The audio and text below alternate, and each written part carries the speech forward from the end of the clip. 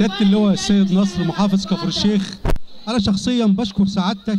أشكرك. قبل ما نوجه كلمة للسيد الرئيس عبد الفتاح السيسي، بشكر سعادتك إن كان هذا المؤتمر ناجح بدرجة لا يتصورها عقل.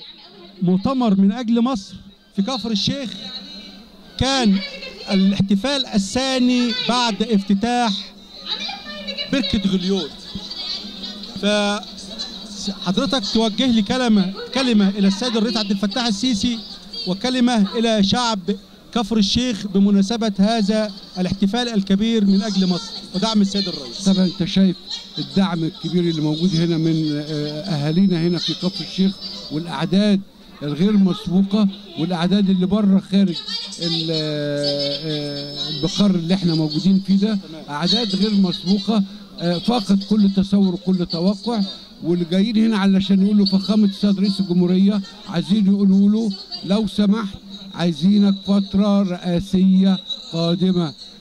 هناك مشاريع قومية عملاقة، هناك مشاريع قومية مطلوب تنفيذها، مطلوبة علشان خاطر مصر وتراب مصر والوطن اللي اتربينا فيه. عايزين سيادتك تكون موجودة معانا فترة رئاسية قادمة إن شاء الله. معالي الوزير المحافظ لشعب كفر الشيخ، في مشاريع قومية أو مشاريع استثمارية تخدم المواطن وتوفر فرص عمل جديدة لشباب المحافظة؟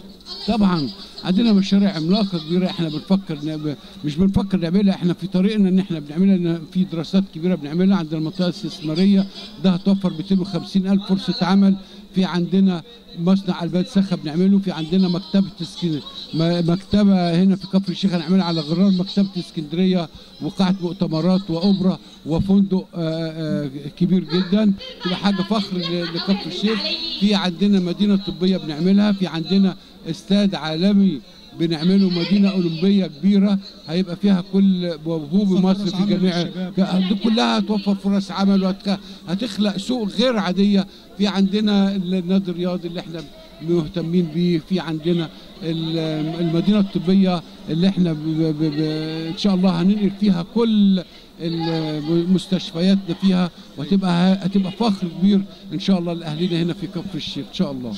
حقيقة لا اطيل على حضرتك سيادة اللواء الوزير، نظرا لضيق الوقت ونظرا للمجهود من الصباح الباكر الذي تبذله حضرتك من اجل نجاح هذا المؤتمر. نتوجه بالشكر للسيد اللواء الوزير السيد نصر محافظ كفر الشيخ على هذا اللقاء المثمر، ونتمنى لسعادتك كل الخير وكل النماء من اجل مصر ومن اجل فخامة السيد الرئيس عبد الفتاح السيسي. شكرا لك. اشكرك واشكر لأسرة البرنامج وكل السادة المشاهدين ان شاء الله.